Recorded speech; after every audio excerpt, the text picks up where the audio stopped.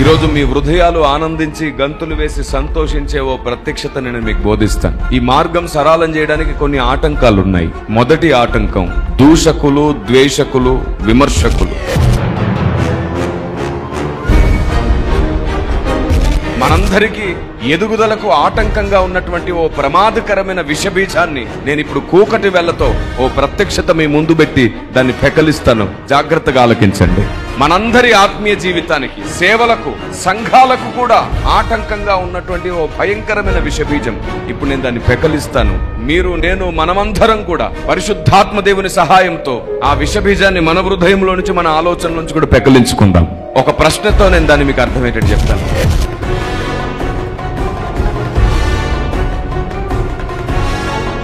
ఎవరైనా సరే సిద్ధాంతాలు, సత్య సిద్ధాంతాల్లో లేరనుకోండి, దేవుణ్ణి మాత్రమే నమ్ముకున్నారు, భక్తిలో మాత్రమే ఎదిగారు. వారికి సత్యం అంటే తెలీదు, సత్య పునాది అంటే తెలీదు, సత్య సిద్ధాంతం అంటే తెలీదు. కానీ క్రీస్తును అంగీకరించారు, క్రీస్తు ప్రేమలో ఎదుగుతున్నారు, భక్తిలో ఉన్నారంతే. పరలోకం వస్తారా రారా?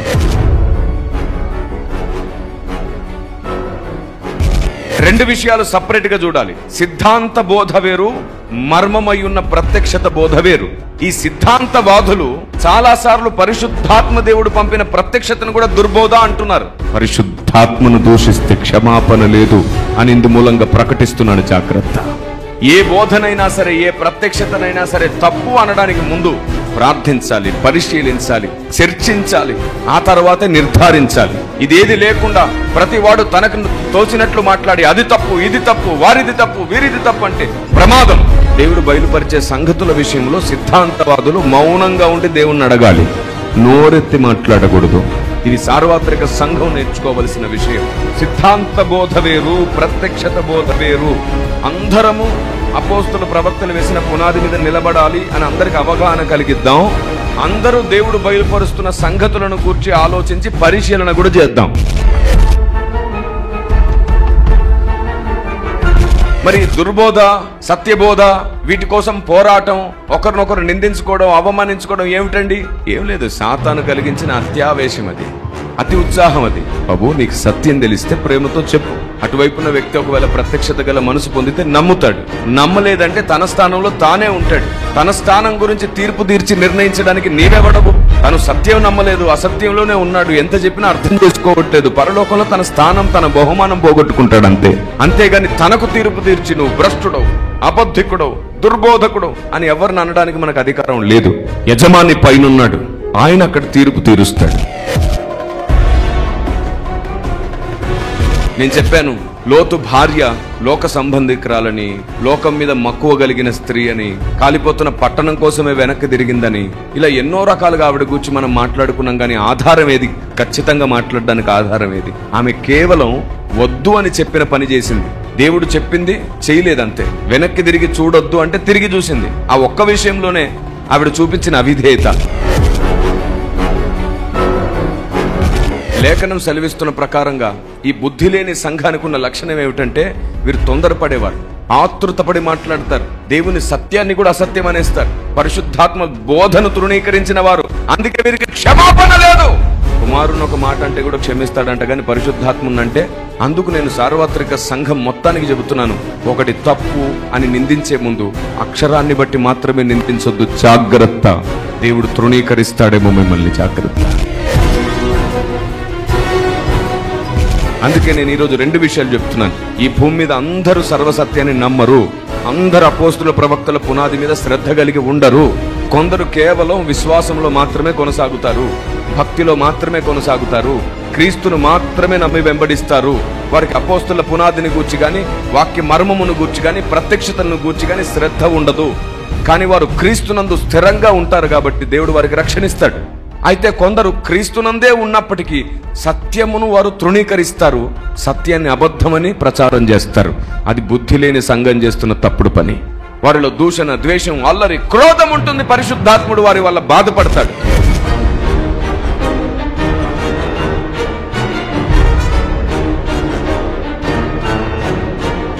అందుకే ఈ రోజు పరిశుద్ధాత్మ దేవుడు మీతో చెప్తున్నాడు, ఇంకొక సంవత్సరం నీ జీవితంలోనికి రాకముందే ఈ సంవత్సరమే సువర్ణమయంగా దాన్ని మార్చుకోవడానికి పరిశుద్ధాత్మని బోధ, ప్రతి దాన్ని సపరేట్ గా చూడడం నేర్చుకో.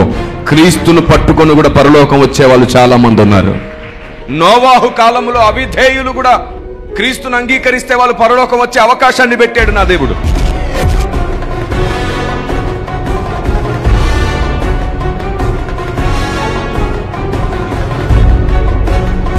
ఒక ఆయన ఇలా అడిగాడు నన్ను, సార్ అక్కడికి వెళ్ళి పాతాళ లోకంలో ఉన్న వ్యక్తులకు సువార్త చెబితే వాళ్ళు వెంటనే నమ్మి పరలోకానికి రావాలనుకుంటారు కానీ పాతాళంలో ఉండాలనుకుంటారా సార్? అలాగైతే ఒక్కడు కూడా మిగులుకుండా మొత్తం ఖాళీ అయిపోయి ఉంటది కదా పాతాళం. కాదు కాదు, దీనికి రెండు విషయాలు అర్థమయ్యేటట్టు చెప్పాలి. మొదటి విషయం, కొందరు అంటుంటారు, యేసుని బట్టి పరలోకం రామా, మర్మములైతేనే పరలోకం వస్తామా అంట. మర్మములకు పరలోకానికి సంబంధం లేదు నాన్న. మర్మము తెలుసుకున్నట ద్వారా పరలోకములో ఉన్నత స్థాయి వస్తుంది. దేవుడు దాచిన సంగతులు నీకు తెలియడం ద్వారా నువ్వు పరలోక రాజ్యంలో ఉన్నతమైన స్థితికి ఎదుగుతావు, తలగా మార్చబడతావు. దేవదూతలు కూడా నీ ముందు కూర్చొని నేర్చుకుంటారు. దేవదూతలకు నేర్పించే స్థానం అది. ఇది పరిశుద్ధాత్మ దేవుని బాధ ఏమిటంటే సిద్ధపాటు పై రూపంలో కనబడదు, ఆత్మ ఎదుగుదలలో సిద్ధపాటు కనబడుతుంది. ఆత్మ ఎలా ఎదుగుతుంది? ఎదిగినట్లు ఎలా తెలుస్తుంది? మన శరీరం ఎదిగింది మనకు తెలిసింది చిన్నతనం నుండి. ఆత్మ ఎదగడం కూడా మనకు తెలియాలి. అవును, ఆత్మ ఎలా ఎదుగుతుంది? ఈరోజు పరిశుద్ధాత్మ దేవుడు మీ ఎదుగుదలను మీరే కొలుచుకునే కొలమానం బద్ధ మీకు ఇస్తున్నాడు. ఈ స్కేల్ మీ దగ్గర పెట్టుకోండి. ఎప్పుడు మొదటిది, దేవుడు తన బోర ద్వారా వినిపించే సంగతి నీకు అర్థమవుతుంది అంటే నువ్వు ఎదిగావు. ఆత్మదేవుడు మన జీవితాల్లో పనిచేయడానికి ఇవి 4 స్తంభాలు. ఈ 4ంటిని నిరంతరంగా జరిగిస్తే మార్గం దానికదే సరళమైపోతుంది. ఎందుకంటే మార్గం సరిచేసేది చేతులతో కాదు. ఈ విషయం ఒకసారి మీ మనసులోకి తెచ్చుకోండి. మన చుట్టూ ఉండే ఏ సేవకుని ఇంకా విమర్శించం, మనం ఏ మినిస్ట్రీని తప్పుపట్టం, ఏ డినామినేషన్ మీద మనం తప్పుగా ప్రవర్తించి మాట్లాడం.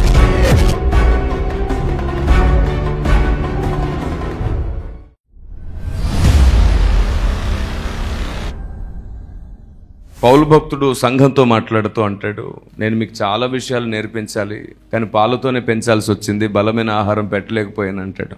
ఎందుకంటే మందులయ్యారంట. మందుత్వం అంటే మర్చిపోతా ఉండడం. నేర్పింది మర్చిపోకూడదు. నేర్పిన వ్యూహం, జ్ఞానం, ప్రార్థన, భక్తి సాధన ఏది మర్చిపోకూడదు. ఆలోచన, భక్తి రెండు కలిసి పనిచేసినప్పుడే గొప్ప ఆయుధం మన చేతికి వస్తుంది. ఆమేన్. కాబట్టి సంఘం కాలు ఆల్రెడీ బెనికింది, మార్గమేమో సరళంగా లేదు. మార్గాన్ని సరళం చేయమంటాడు పరిశుద్ధాత్మ దేవుడు పౌలు భక్తుని ద్వారా. సాతాను మార్గం మొత్తాన్ని పాడు చేశాడు. సంఘం వేగంగా పరిగెత్తలేని పరిస్థితిలో ఉంది. ఇప్పుడు మార్గాన్ని ఎలా సరళం చేయాలి? అసలు మార్గం ఎలా పాడైందో తెలుసుకుంటే ఎలా సరళం చేయాలో అర్థమైపోతుంది మనకి. మార్గం ఎలా పాడయ్యింది అంటే బోధ వల్ల, సాతాను బోధను కలిపి చెరపడం వల్ల సంఘం నడిచే మార్గం పాడైపోయింది. మార్గాన్ని సరిచేయకుండా సంఘాన్ని ఎంత సిద్ధపరిచినా, పెళ్లి కుమార్తెను ఎంత సిద్ధపరిచినా బెనికిన కాలు విరిగిపోతుంది. పెళ్లి పందిరిలోకి వెళ్ళదు. ఇంకా వైద్యం కొరకు హాస్పిటల్ వెళ్ళాలి. అందుకే ఆయన చాలా స్పష్టంగా చెబుతున్నారు ఏమిటంటే, నువ్వు సిద్ధపడడం ఎంత ముఖ్యమో మార్గాన్ని సరళం చేయడం కూడా అంతే ముఖ్యం అంట. అందుకే బాప్తిస్మం ఇచ్చి యోహానుకున్నటువంటి పేరు ఏమిటంటే మార్గ సరళ శబ్దం. మార్గాన్ని సరళం చెయ్యుడి అని కేక వేసే శబ్దం. ఈరోజు క్రైస్తవ సమాజం వేగంగా పరిగెత్తడానికి అవకాశం లేకుండా ఎన్నో మార్గాలు పాడైపోయి ఉన్నాయి. దానికి కారణం ఏమిటంటే మార్గములలో సాతాను వాడి విత్తనాలు నాటాడు. మార్గమును మనకు మనమే పాడు చేసుకునేటట్లు మనలో మన ఆలోచనలను చెడగొట్టాడు. ఆలోచన విధానం పాడయింది, బోధ పాడయింది. బుక్కావాని తైలములో చచ్చిన ఈగలు పడుట చేత అది దుర్వాసన కొడుతుంది. నేను మీకు చెప్పాను, బుక్కావాని తైలంలో ఈగలు పడి చావలేదు. చదివేటప్పుడు మనం అలా అనుకుంటూ ఉంటాం, ఈగలు పడి చావలేదు, చచ్చిన ఈగలే పడ్డాయి అందులో. అంటే అర్థం ఏమిటన్నమాట? చచ్చిన ఈగలు వాటికవే ఎగిరి ఎలా పడతాయి? ఎవరో కావాలని వేస్తేనే పడతాయి. పడి చచ్చెను కాదు, మనం చదివేటప్పుడు అలా అనుకుంటాం. అందుకే సున్నైనను పొల్లైనను పోకుండా బైబిల్ని జాగ్రత్తగా చదవాలి. దేవుని హృదయానుసారుడైన దావీదు సహా అంటాడు, నన్ను సరిగా నడిపించు, నాకు స్పష్టంగా బోధించు. మరణం వరకు దావీదు నేర్చుకుంటూనే ఉన్నాడు, నేర్పిస్తూనే ఉన్నాడు. భక్తి జీవితం అర్థమైంది అనేది అబద్ధం. భక్తి జీవితం అనుదినం అర్థమవుతుంది అనేది నిజం. ఈరోజు మీ హృదయాలు ఆనందించి గంతులు వేసి సంతోషించే ఓ ప్రత్యక్షత నేను మీకు బోధిస్తాను. ఈ మార్గం సరళం చేయడానికి కొన్ని ఆటంకాలు ఉన్నాయి. మొదటి ఆటంకం దూషకులు, ద్వేషకులు, విమర్శకులు. ఎందుకంటే పరిశుద్ధాత్మ దేవుడు దుఃఖపడే లక్షణం దూషణ, ద్వేషము, అల్లరి, క్రోధము అంటాడు ఎఫెసీ 4:31లో. ఈరోజు సోషల్ మీడియా మొత్తం చూస్తే క్రైస్తవులు ఒకరినొకరు అనుకునే పనిలోనే ఉన్నారు. మార్గం సరళం చేయడానికి ముందు మనుషుల ఆలోచన సరిచేయాలి, ఆలోచన విధానం సరిచేయాలి. రెండవది, పరిశుద్ధాత్మ దేవుడు బోధించే ప్రత్యక్షతను గుర్తించే విధంగా సంఘం ఇంకా సిద్ధంగా లేదు. సంఘం తన గురించి విందామనుకుంటుంది, ఆశీర్వాదాలు దీవెళ్ల వెంట పరిగెడుతుంది, నీతి, యథార్థత, మంచి, పరిశుద్ధత వీటి గురించి మాత్రమే మాట్లాడుకుంటుంది. అలా ఉంటే చాలు అని అనుకుంటుంది. కానీ సంపూర్ణ సిద్ధి ఎఫెసీ పత్రిక 1:8-10 ప్రకారం దైవ చిత్తానుసారమైన మర్మము వలనే మనకు సంపూర్ణత ఉందని బైబిల్ సెలవిస్తుంది. కాబట్టి సంఘ ఆలోచన విధానాన్ని సరిచేయాలి. పాలు తాగే స్థాయి నుండి బలమైన ఆహారం తినగలిగే స్థాయికి సంఘాన్ని సిద్ధపరచాలి. ఇది రెండో విషయం. మూడవది, పోరాడుతున్న సైనికులకు పోరాటం నేర్పించాలి. సాతాను తంత్రాలు ఏమిటో పసిగట్టని స్థితిలో ఈరోజు సైనికులు ఉన్నారు. సంఘం ఉంది, బోధకులు సాతాను తంత్రములను పసిగట్టే స్థాయికి రావాలి. ఇది మూడవది. నాలుగవది, సంఘం దేవుని ఆలోచన విధానాన్ని, దేవుని వ్యూహాన్ని, దేవుడు పంపిస్తున్న ప్రత్యక్షతను అనుదినము సమకూర్చుకునే పనిలో ఉండాలి. అనుదినము సమకూర్చుకునే పనిలో ఉండాలి. ఈ 4 స్తంభాలు మన జీవితంలో ఎప్పుడైతే స్థాపించబడతాయో మార్గం దానికదే స్థిరపరచబడుతుంది, సరిచేయబడుతుంది. ఎందుకంటే ఆ తర్వాత జరిగేదంతా ఆత్మకార్యమే. ఆత్మదేవుడు మన జీవితాల్లో పనిచేయడానికి ఇవి 4 స్తంభాలు. దూషకులు, ద్వేషకులు తమ బుద్ధిని మార్చుకునేటట్లు మనం ప్రయాసపడాలి. సంఘం తన ఆలోచన విధానాన్ని మార్చుకునేటట్లు బోధించాలి. సైనికులు సాతాను తంత్రములను గుర్తించాలి. అనుదినము దేవుని ఆలోచన విధానాన్ని సమకూర్చే పనిలో ఉండాలి. ఈ 4ంటిని నిరంతరంగా జరిగిస్తే మార్గం దానికదే సరళమైపోతుంది. ఎందుకంటే మార్గం సరిచేసేది చేతులతో కాదు, ఆత్మదేవుని ద్వారానే మార్గం సరిచేయబడాలి. ఎందుకంటే సత్యము నుండి సర్వసత్యంలోనికి సంఘాన్ని పట్టుకుని నడిపించేది పరిశుద్ధాత్మ దేవుడే. కాబట్టి సంఘాన్ని పరిశుద్ధాత్మ దేవుడు నడిపించేటప్పుడు సంఘం యొక్క కాళ్ళు విరక్కుండా ఉండాలంటే మార్గం సరళం చేసే పని జరగాలి. విచిత్రం ఏమిటంటే రేపే ఒకవేళ ప్రభు వస్తే మనం ఈ ఉన్న పాలన, ఈ సమస్తాన్ని విడిచిపెట్టి వెళ్ళిపోతాం. మనకు తెలుసు మనం వెళ్ళిపోతామని, అయినా సరే వెళ్ళిపోవడానికి కావలసిన ఏర్పాట్లు, సిద్ధపాటు లేదు మనకి. ఇది పరిశుద్ధాత్మ దేవుని బాధ. ఏమిటంటే సిద్ధపాటు పై రూపంలో కనబడదు, ఆత్మ ఎదుగుదలలో సిద్ధపాటు కనబడుతుంది. ఆత్మ ఎదగాలి. ఆత్మ ఎలా ఎదుగుతుంది? ఎదిగినట్లు ఎలా తెలుస్తుంది? మన శరీరం ఎదిగింది మనకు తెలిసింది చిన్నతనం నుండి. ఆత్మ ఎదగడం కూడా మనకు తెలియాలి. అవును, ఆత్మ ఎలా ఎదుగుతుంది? దేవుడు చెప్పాలనుకున్న విషయాలు నీకు అర్థమవుతున్నాయి అంటే నువ్వు ఎదిగావు అని అర్థం. నీకు నువ్వుగానే గ్రంథాన్ని చదువుతున్నప్పుడు నువ్వు నేర్చుకున్న బోధ, ప్రత్యక్షతను ఆధారం చేసుకొని ఇంకొన్ని కొత్త విషయాలు నీకు దేవుడు చెప్తాడు. అలా చెప్పినప్పుడు నీకు దేవుడు అర్థమవుతున్నాడు అంటే నువ్వు ఇంకో మెట్టు ఎక్కేవని అర్థం. నాయకుడు, బోధకుడు చెప్పకుండానే హృదయాన్ని అర్థం చేసుకుని పరిగెత్తగలుగుతున్నావంటే కొన్ని విషయాలు నువ్వు గుర్తించి నువ్వు ఇంకా ఎదిగావని అర్థం, హృదయానుసారులవయ్యావని అర్థం. ఇలా ఒక్కొక్క వేదిక, ఒక్కొక్క స్టెప్ నువ్వు ఎక్కుతున్నప్పుడు నువ్వు ఎదుగుతున్నావా లేదా నీకు అర్థమవుతుంది. కానీ ఎన్నిసార్లు చెప్పినా మర్చిపోతున్నావంటే నువ్వు ఇంకా ఎదగలేదు, నీ ఎదుగుదల ఆగిపోయింది అని అర్థం. ఎన్నిసార్లు చెప్పినది చేయలేకపోతున్నాము అంటే ఎదుగుదల ఆగింది. ఈరోజు పరిశుద్ధాత్మ దేవుడు మీ ఎదుగుదలను మీరే కొలుచుకునే కొలమానం, బద్ద మీకు ఇస్తున్నాడు. ఈ స్కేల్ మీ దగ్గర పెట్టుకోండి. ఎప్పుడు మొదటిది, దేవుడు తన బూర ద్వారా వినిపించే సంగతి నీకు అర్థమవుతుంది అంటే నువ్వు ఎదిగావు, మొదటి స్టెప్ అది. రెండవది, నీకు నీవుగా దేవుని గ్రంథాన్ని ధ్యానిస్తున్నప్పుడు దేవుడు నీతో చెప్పాలనుకున్న సంగతులు కొన్ని ఉంటాయి, అవి కూడా నీకు అర్థమవుతున్నాయి అంటే నువ్వు ఇంకో స్టెప్ ఎదిగావు. మూడవది, దేవుడు నీకిచ్చిన నాయకుని హృదయం, నాయకుని మనస్సు గ్రహించి నువ్వు పరిగెత్తగలుగుతున్నావు, నడుస్తున్నావు అంటే నువ్వు ఇంకొక స్టెప్ ఎదిగావు. సాతాను తంత్రములను కూడా నువ్వు కనిపెట్టేసి నేర్చుకున్న బోధ ప్రకారంగా ఆలోచిస్తున్నావు అంటే నువ్వు ఇంకొక కొంచెం ఎదిగావు. దేవుని సంకల్పానికి అనుకూలంగా నువ్వు ఆలోచనను చేస్తున్నావు అంటే నువ్వు ఇంకొక కొంచెం ఎదిగావు. ఇలా ఒక్కొక్క అడుగు నీ ఆత్మీయ జీవితం ఎదిగిందో లేదో నువ్వు చూసుకోగలుగుతావు. చివరికి నువ్వు ఆత్మీయంగా ఎదిగితే నీ వల్ల వివాదాలు చల్లారిపోతాయి, సమాధానం వ్యాపిస్తుంది. ఎందుకంటే ఆత్మదేవుడు సమాధానకర్త. నీ మాట, నీ ఆలోచన, నీ నిర్ణయం వల్ల సమాధానం కలుగుతుందంటే ఆత్మదేవుడు నిన్ను నడిపిస్తున్నాడు అని అర్థం. కేవలం కృపావరముల అభిషేకం పొందితేనే ఆత్మలో ఎదిగాము, వర్ధిల్లామని అభిప్రాయపడే నేటి దినాల్లో ఆత్మీయ ఎదుగుదల ఏమిటో మనకు తెలియజేయడానికి దేవుడు భక్తులందరి జీవితంలో ఒక్కొక్క వేదికను నిర్ణయించి పెట్టాడు బైబిల్ గ్రంథంలో. నేను మళ్ళీ చెప్తున్నాను, దేవుని జ్ఞానం మీకు ఎంత అర్థమవుతుందో అంతగా మీరు ఎదిగారు అని అర్థం. అర్థం కావట్లేదు, కేవలం హెచ్చరికలు, బుద్ధి మాటలతోనే మీ భక్తి కొనసాగుతుంది అంటే మీరు ఎదిగినట్లు కాదు. మనందరికీ ఎదుగుదలకు ఆటంకంగా ఉన్నటువంటి ఓ ప్రమాదకరమైన విషబీజాన్ని నేను ఇప్పుడు కూకటి వేళ్లతో ఓ ప్రత్యక్షత మీ ముందు పెట్టి దాన్ని పెకలిస్తాను. జాగ్రత్తగా ఆలకించండి. మనందరి ఆత్మీయ జీవితానికి, సేవలకు, సంఘాలకు కూడా ఆటంకంగా ఉన్నటువంటి ఓ భయంకరమైన విషబీజం ఇప్పుడు నేను దాన్ని పెకలిస్తాను. మీరు, నేను, మనమందరం కూడా పరిశుద్ధాత్మ దేవుని సహాయంతో ఆ విషబీజాన్ని మన హృదయంలో నుంచి, మన ఆలోచనల నుంచి కూడా పెకలించుకుందాం. ఆమేన్. ఒక ప్రశ్నతో నేను దాన్ని మీకు అర్థమయ్యేటట్టు చెప్తాను. మళ్ళీ చెప్తున్నాను, వినండి జాగ్రత్తగా. సంఘాలు భక్తి జీవితం, ఆత్మదేవుడు చెప్పే సంగతులు మనకు అర్థం కాకుండా, మనం ఎదగకుండా ఆటంకంగా ఉన్న విష బీజాలను మనలోంచి పెకలించే ఓ ప్రత్యక్షత మీకు ఇస్తున్నాను. దానికోసం ఒక ప్రశ్న నాకు చెప్పండి. ఎవరైనా సరే సిద్ధాంతాలు, సత్య సిద్ధాంతాల్లో లేరనుకోండి, దేవుణ్ణి మాత్రమే నమ్ముకున్నారు, భక్తిలో మాత్రమే ఎదిగారు, వారికి సత్యం అంటే తెలీదు, సత్య పునాది అంటే తెలీదు, సత్య సిద్ధాంతం అంటే తెలీదు, కానీ క్రీస్తును అంగీకరించారు, క్రీస్తు ప్రేమలో ఎదుగుతున్నారు, భక్తిలో ఉన్నారంతే. పరలోకం వస్తారా రారా? పరలోకం వస్తారా రారా? వస్తారు కదా ఖచ్చితంగా. నా యందు విశ్వాసం ఉంచినవాడు నశింపక నిత్య జీవం పొందుతాడు. నువ్వు పరలోకానికి రావడానికి ఏ సత్య సిద్ధాంతం గాని, ఏ సత్య పునాది గాని నీకుందా లేదా అని దేవుడేం నిర్ణయించి అడగడు. పరలోకానికి నీవు రావడానికి క్రీస్తే మార్గం. క్రీస్తును పట్టుకున్నావు అంటే పరలోకానికి నువ్వు రావడానికి ఏ విషయం నిన్ను దేవుడు లెక్క అడగడు. కానీ సత్య పునాది, సత్య సిద్ధాంతము ఉంది చూసారు, అది పరలోకంలో నీ అంతస్తును నిర్ణయించడానికి, నీ స్థాయి నిర్ణయించడానికి మాత్రమే. అర్థమవుతుందా? మీరే చెప్పండి, పాత నిబంధన కాలంలో ఉన్న భక్తులకి ఏ సత్య సిద్ధాంతం గురించి, ఏ బోధన గురించి, ఏ పునాదిని గూర్చి, ఏ సిద్ధాంతాలను గూర్చిన ప్రస్తావన ఉందో నాకు చెప్పండి. పాత నిబంధన కాలంలో ఉన్న భక్తులు మనలాగా వారిది తప్పుడు బోధ, వీరిది తప్పుడు బోధ, అది దుర్బోధ, ఇది దుర్బోధ అంటూ ఎవరిని విమర్శిస్తూ దూషిస్తూ ఏం బతకలేదే. సిద్ధాంతం నీకు పరలోకం ఇవ్వడం కాదు, సిద్ధాంతం పరలోకంలో నీకు ఉన్నతమైన స్థాయిలో ఉండే యోగ్యత, భాగ్యం ఇస్తుంది. ఎందుకంటే అది పునాది కాబట్టి. పునాది మీద మనల్ని మనం కట్టుకోవాలి. నేను సిద్ధాంతం అంటే పునాది బోధ వద్దు అని కాదు నేను చెప్పేది. పునాది బోధ చాలా ఇంపార్టెంట్ అనే ప్రతిసారి బోధిస్తాను నేను. దాన్ని ఇంకొంచెం అర్థమయ్యేటట్టు చెప్తున్నాను. ఏమిటంటే, ఒక వ్యక్తికి ఒకవేళ పునాది లేకపోయినా సరే అతను క్రీస్తు అనే బండ మీద నిలబడి పరలోకం వచ్చేస్తాడు. ఆమేన్. కానీ పరలోకంలో ఉన్నతమైన మహిమలో మాత్రం ఉండడు.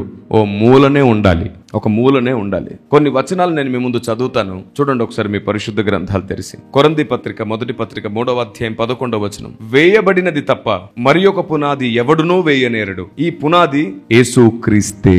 ఇక్కడ పునాది ఏమన్నాడు? క్రీస్తే పునాది అనేసాడు. మరలా ఇదే మాట ఎఫెసీ పత్రిక 2వ అధ్యాయం 21వ వచనంలో ఏమన్నాడు? అపోస్తలులు, ప్రవక్తలు వేసిన పునాది మీద మీరు కట్టబడి ఉన్నారు అంటాడు. అయితే అక్కడ ప్రారంభం క్రీస్తు వేసే ముఖ్యమైన మూలరాయి.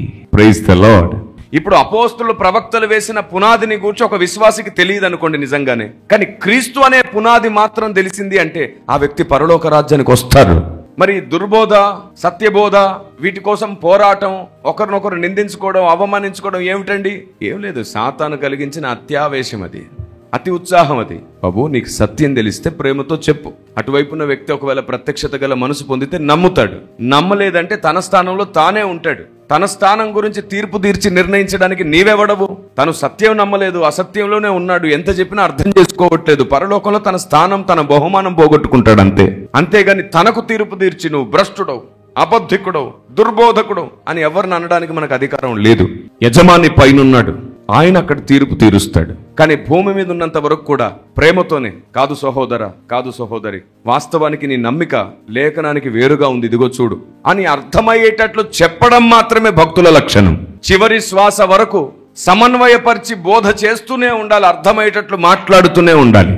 ఒకప్పుడు నేను కూడా చాలా ఆవేశపడేవాడిని. రండి చూసుకుందాం, లైవ్ లోకి రండి, తేల్చుకుందాం అని మాట్లాడుతుండేవాడిని. నాకు ఇప్పటికి జ్ఞాపకం, 2014 సంవత్సరం నేను టీవీ పరిచర్య ప్రారంభించినప్పుడు, 2013లో కూడా టీవీ పరిచర్యలో శుభవార్త ఛానల్లో వాక్యం చెప్పినప్పుడు చెప్పేవాడిని, రండి చూసుకుందాం రండి అనేవాడు. సరిగ్గా 13 సంవత్సరాల క్రితం తర్వాత పరిశుద్ధాత్మ దేవుడు అర్థమయ్యేటట్లు చేయడం ప్రారంభించాడు.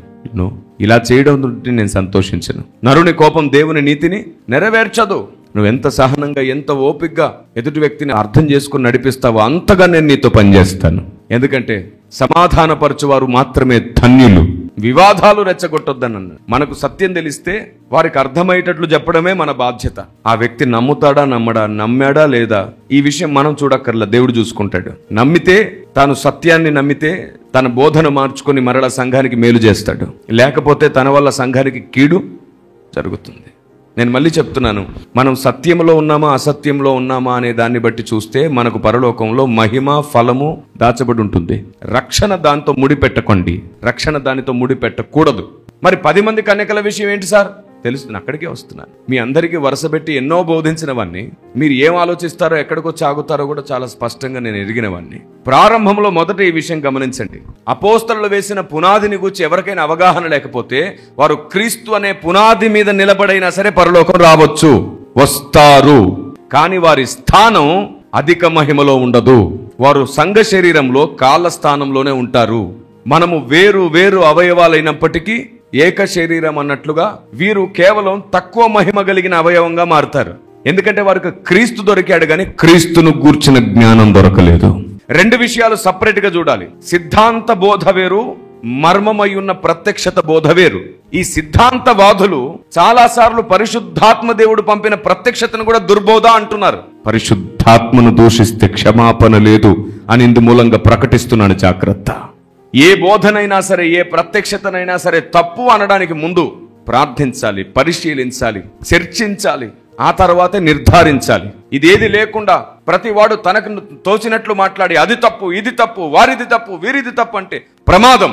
ఒకసారి నేను ఒక చోట నిలబడి చెప్పాను, ఏదైనా తోటలో ఆదాము మోసపోలేదు అనగానే ఆ పక్కన ఉన్నటువంటి ఒక సేవకుడు ఇంకో సేవకుడితో, ఇది తప్పు సార్, ఆదాము మోసపోడు కానీ పండు తిన్నాడు కదా, మనం చిన్నప్పటి నుంచి వింటున్నాం, ఇప్పుడు వచ్చేదో కొత్తగా చెప్తున్నాడు, తప్పు సార్ అంటున్నాడు. నేను చూశాను, వాక్యం మాట్లాడితే ఏంటి డిస్టర్బెన్స్ ఇక్కడ అని చూస్తుంటే ఆయన, అంటే నేను ఒప్పుకోను. నేను వాక్యం చెప్పడం ఒక క్షణం ఆగి ఏంటది అని పక్కనున్న వ్యక్తిని అడిగితే ఆ వ్యక్తి వచ్చేసి చెప్పాడు అనమాట, ఆదాము మోసపోలేదనే మాట ఆయన ఒప్పుకోవట్లే, తప్పు తప్పు అంటున్నాడు. అంటే మెసేజ్ మొత్తం వినొచ్చు కదా, సంగతి పూర్తిగా వినకుండా ప్రత్యుత్తరం ఇవ్వడం మూడుల లక్షణం. అది అలాగే ఉంటే వాళ్ళు పెంచే పిల్లలు పెంపకం కూడా అలాగే ఉంటుంది, సంఘం పెంపకం అలాగే ఉంటుంది. చెప్పి అప్పుడు వాక్యం చూపించాను. తిమోతి పత్రిక 1వ పత్రిక 2వ అధ్యాయం 14వ వచనంలో ఉన్నదేమిటి? స్త్రీ మోసపరచబడి అపరాధములో పడననుంది, ఆదాము మోసపరచబడలేదని ఉంది అక్కడ. అది సిద్ధాంతం కాదు, వెంటనే ఆవేశపడ్డానికి ప్రత్యక్షత. దేవుడు బయలుపరిచే సంగతుల విషయంలో సిద్ధాంతవాదులు మౌనంగా ఉండి దేవుణ్ణి అడగాలి, నోరెత్తి మాట్లాడకూడదు. ఇది సార్వత్రిక సంఘం నేర్చుకోవలసిన విషయం. సిద్ధాంత బోధ వేరు, ప్రత్యక్షత బోధ వేరు. అందరము అపోస్తుల ప్రవక్తలు వేసిన పునాది మీద నిలబడాలి అని అందరికి అవగాహన కలిగిద్దాం. అందరూ దేవుడు బయలుపరుస్తున్న సంగతులను గూర్చి ఆలోచించి పరిశీలన కూడా చేద్దాం. పౌలు బోధ చేస్తున్నప్పుడు అలా ఉన్నవో లేవోనని పరిశీలించింది పునాది బోధ, పునాది బోధ. కానీ అదే పౌలు విశేషమైన సంగతులు ప్రత్యక్షతలు బోధించినప్పుడు ఇదేమిటి అని ఆశ్చర్యపడి కూడా విన్నారు, తృణీకరించి వినలేదు. కానీ ఈరోజు చూడండి ఎంత వింతో. ఉదాహరణకి నేను చెప్పాను, లోతు భార్య లోక సంబంధికురాలని, లోకం మీద మక్కువ కలిగిన స్త్రీ అని, కాలిపోతున్న పట్టణం కోసమే వెనక్కి తిరిగిందని, ఇలా ఎన్నో రకాలుగా ఆవిడ గురించి మనం మాట్లాడుకున్నాం. కానీ ఆధారం ఏది? ఖచ్చితంగా మాట్లాడడానికి ఆధారం ఏది? ఆమె కేవలం వద్దు అని చెప్పిన పని చేసింది, దేవుడు చెప్పింది చేయలేదంతే. వెనక్కి తిరిగి చూడొద్దు అంటే తిరిగి చూసింది. ఆ ఒక్క విషయంలోనే ఆవిడ చూపించిన అవిధేయత. కానీ మిగతా విషయంలో అలాంటి భయంకరమైన సొదొమ గొమొర్రా లాంటి పట్టణంలో 2 పిల్లల్ని గొప్పగా పెంచి చూపించింది. పురుషుని ఎరగకుండా 2 కుమార్తెలు ఉన్నారు ఆ భయంకరమైన పట్టణంలో. వాళ్ళిద్దరు పిల్లలనే కాదు, వాళ్లకు వివాహం చేయబోతున్న ఇంకో 2 పిల్లలు కూడా, అల్లుళ్ళు కూడా ఉన్నారు అక్కడ. భయంకరంగా పూర్తిగా చెడిపోయిన వ్యక్తులకు లోతు తన పిల్లల్ని వివాహం చేయడు. అంటే అర్థం ఏమిటంటే లోతు భార్య తామే కాదు, తమ పిల్లల్నే కాదు, తమతో ఉన్న వారి వర్గాన్ని కూడా కొందరిని కాపాడే ప్రయత్నంలో ఉన్నారు వారు. అందుకే దేవుడు ఏమంటాడంటే దూతలను పంపించినప్పుడు వారు అంటారు, నీవును నీ కలిగిన వారందరిని తీసుకొని ఇక్కడికి వెళ్ళిపో, నీ బంధువులను తీసుకొని వెళ్ళిపో ఇక్కడ నుంచి. ఎందుకంటే అబ్రహాము ప్రార్థన చేస్తూ అంటాడు, 10 మంది ఉన్నా కాపాడుతావా? అక్కడ కొందరు ఉన్నారు. అసలు అబ్రహాం అలాంటి ప్రార్థన చేసిందే లోతు కుటుంబాన్ని బట్టి, లోతుతో ఉన్న మిగతా కుటుంబాలను బట్టి. తన అల్లుళ్ళకి చెప్తే వాళ్ళు రాలేదు. ఆ రోజు నోవాహు చెబితే వర్షం పడుతుందంటే వినలేదు వాళ్ళకు, ఎందుకంటే అప్పటికి వర్షం తెలియదు. పైనుండి అగ్ని రావడం ఏమిటి, వింతగా మాట్లాడుతున్నారు మీరు అని హేళన చేశారు. ఆమె వెనక్కి తిరిగి చూసిన అవిధేయత తప్ప ఆవిడ వ్యక్తిత్వం ఎప్పుడూ తప్పు కాదు. ఒకటి పట్టుకొని మొత్తం తప్పుగా మాట్లాడతారు. సమాజం ఉంటుంది కదా, ఒక్క మెతుకు పట్టుకుంటే చాలా అన్నం ఉడికిందో లేదో చూస్తారు. అది అన్నం మాత్రమే, మనిషిని కాదు. ఎందుకంటే మనిషి స్వభావం ఒకలా ఉండదు. ఒక వ్యక్తిలో కోపము, క్రూరత్వం ఉండొచ్చు, ప్రేమ కూడా ఉండొచ్చు. క్రూరత్వాన్ని, కోపాన్ని చూసి ప్రేమే లేదని చెప్పలేం మనం. కఠినుడై ఉండొచ్చు, క్రూరత్వం అంటే కొంచెం కఠినుడు కావచ్చు. వేటగాడు చాలా కఠినంగా వేటాడతాడు, కానీ తన పిల్లలకు మాత్రం చాలా ప్రేమగా పెడతాడు. ఇప్పుడు చెప్పండి, వేటాడుతుంటే ఆ జంతువులు, ఈ వేటగాడు అసలు కనికరం లేనివాడు, మా అమ్మని చంపేశాడు, మా నాన్నని చంపేశాడు, మమ్మల్ని అనాథని చేశాడని ఆ జంతువు న్యాయం మాట్లాడొచ్చు. కానీ వాటిని చేసిందే మనుషులు తినడానికి, మనుషుల ఆహారం కోసమే అవి చేయబడ్డాయి అని దేవుడు నిర్ణయించాడు. కాబట్టి తన పిల్లల కోసం తను వేటాడుకుంటాడు, తన కుటుంబం కోసం వేటాడుకుంటాడు. ఎవరి ధర్మం వారికి ఉంది, ఎవరి న్యాయం వాళ్ళు మాట్లాడతారు. తుదకు ఈ సమస్త సృష్టిని చేసిన వాని న్యాయమే న్యాయం అవుతుంది, మరొకటి న్యాయం కాదు. అలా మనందరి అభిప్రాయాలు ఎప్పుడు సత్యం కాదు. దేవుని అభిప్రాయాలు మన ఆలోచనకు సెట్ అయితేనే అవి సత్యం అవుతాయి. పదే పదే ఈ విషయాలు నేను ఎందుకు వ్యక్తపరుస్తున్నానంటే మన ఆలోచన విధానం మనకు తెలిసిన న్యాయంతో కొనసాగుతుంది.